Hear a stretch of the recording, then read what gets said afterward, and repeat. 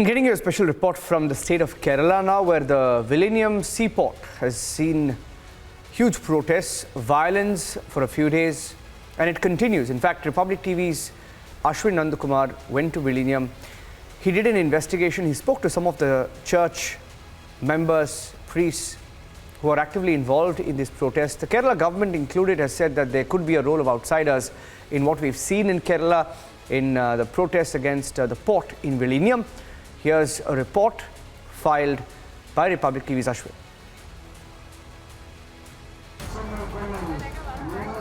Vizhinjam port has seen massive protests.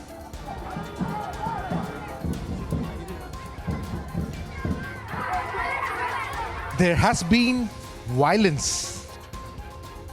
So I reached onto the ground at Vizhinjam in Thiruvananthapuram to probe the genesis of these protests. Republic TV has accessed a document. It's a letterhead that was created back in 2014. Now, this letterhead is of Vizhinjam Mother Port Action Council. Now, this letterhead is an organization, a collective organization that has been formed in support of the Vizhinjam port.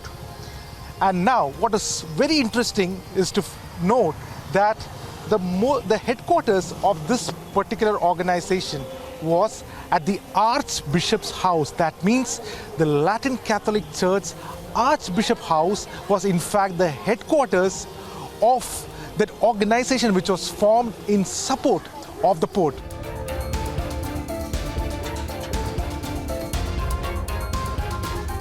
Any priest or any church people got money, they can easily find out. Now they say we are terrorist people. Let them prove it. We are not terrorists. See, because of hungry, because we have nowhere to lay down our head, that makes us terrorists, not any other thing. I spoke to Father Ignatius, whose number was listed on the letterhead. He tried to say that there was never full support for the port by the Latin Catholic Church. 2006-7. I am sure that is before when my predecessor was the director.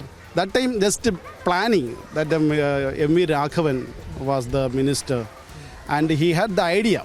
So everywhere, everyone is inquiring about the idea and searching for the news and the possibilities that and how it is affecting, how it will be the impact of the people. So difference of opinion was there in the diocese. The diocese officially was not part of it. Differences of opinion was there.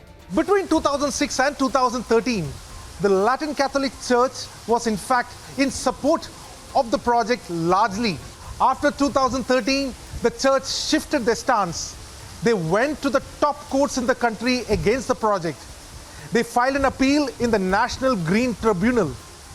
In 2016, the NGT dismissed all the petitions that was filed against the port and gave a clear chit to conduct the port and make this port.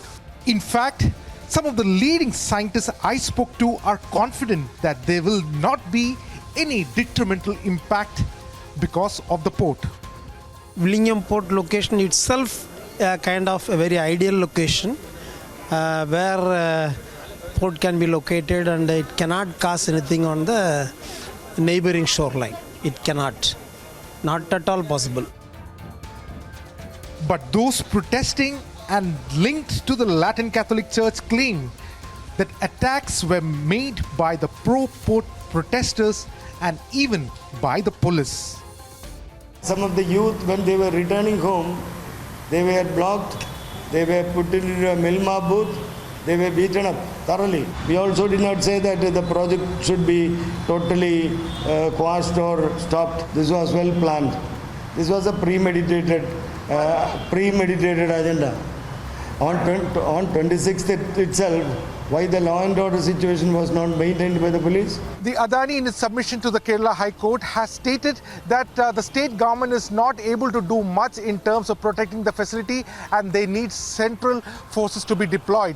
The state government is also, in fact, is in coherence with the demand and has stated that the state police has been working very diligently, however, has ensured that there is no bloodshed and also do not resort to any kind of incidences that lead to police firing and loss of life at the Vizhinjam port site.